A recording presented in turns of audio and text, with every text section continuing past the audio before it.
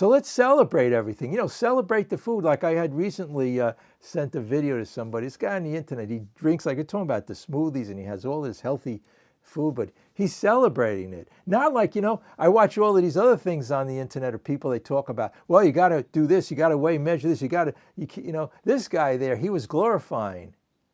I sent it to a sponsee. He was glorifying in the food. He was saying, this is so delicious. And he was having, like we heard this morning, some kind of oatmeal cereal with the fruit in it, with all of this great, colorful vegetables and all of these fruits. And, I have them here. And this is God's gift. There's nothing more delicious. You want sugar? Everybody says I'm addicted to sugar. The real sugar is here, but it has a fiber, which gives a slow release. It's very, very healthy. All the vegetables and all of these things in life. And I bring up the water. Here's the clarity here. See, you got to realize this. Everything we've been doing up to now in relation to the food has been bringing us back into the addiction, right? These are the things, because again, you resist something, you're in the problem. You're saying, for example, I'll use an example of somebody, you say your boss at work, you go to a meeting, you go say, my boss at work, I can't handle him, it's the end of the world. You're giving that person power over you, rather than having the perception change. Well, that's just my boss, that's who it is.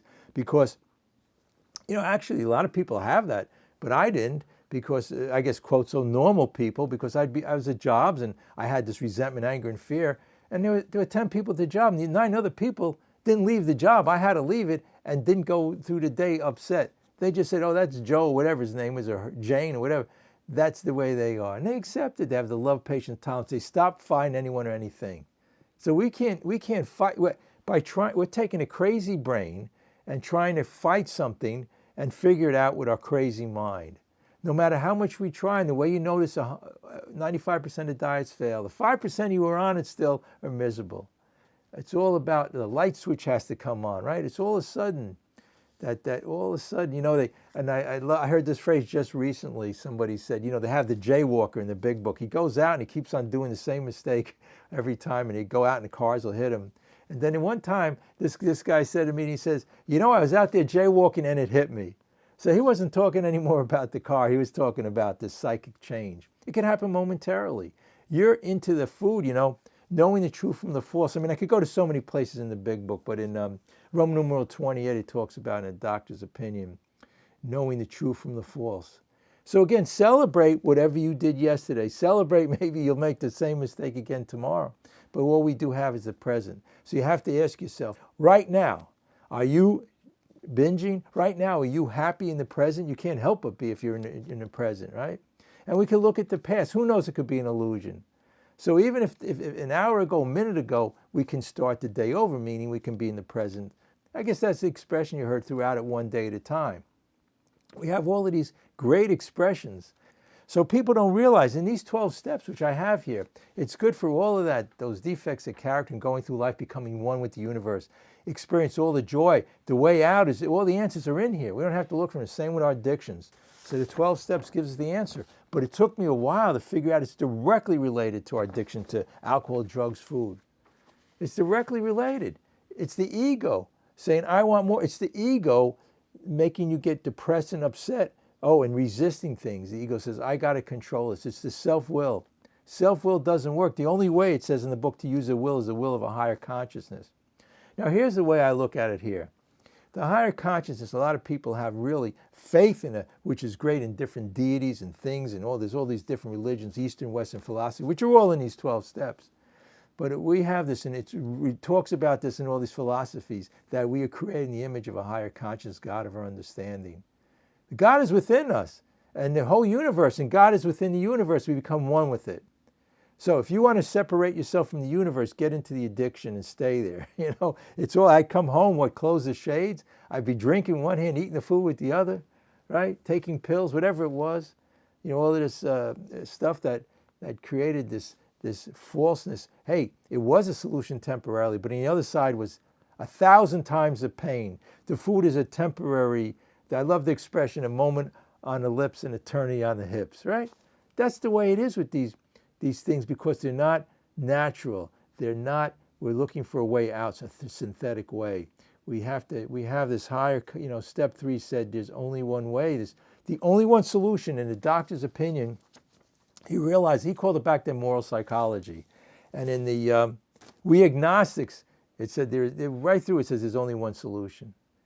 And it's true, because everybody said, well, what is this higher consciousness, what it is? It's inside us all the time, but the other way doesn't work. You know, when I came in, I was in a very strict diet called the gray sheet. They gave me the sheet of paper, and I was so happy, this is what I got to eat. I was miserable for a whole year. I lost all the weight. But what good is it? It didn't work because they didn't have the perception change. And we could be glorious and happy, and like I heard somebody talking about a smoothie or these drinks or whatever it is, and the vegetables, as I showed you, water, drinking water, you know how much weight you lose, how many calories that will save you?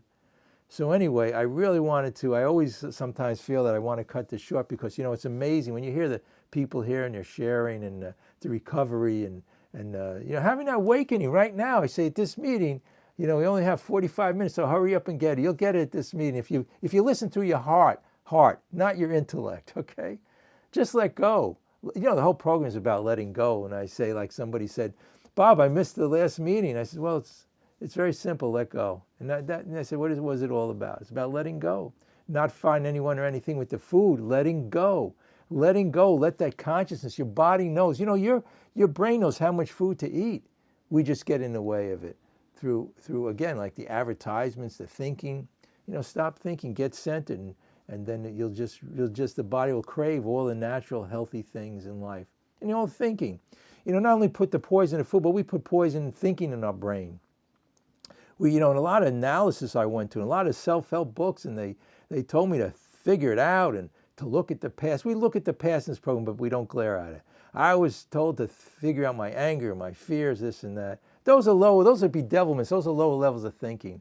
We could look at it, but being happy, joyous, that's what this program is about. In all religions, philosophy, it's joy, bringing God and having joy, blissfulness, and that's the normal state. The normal state is to eat healthy, not make food a higher power.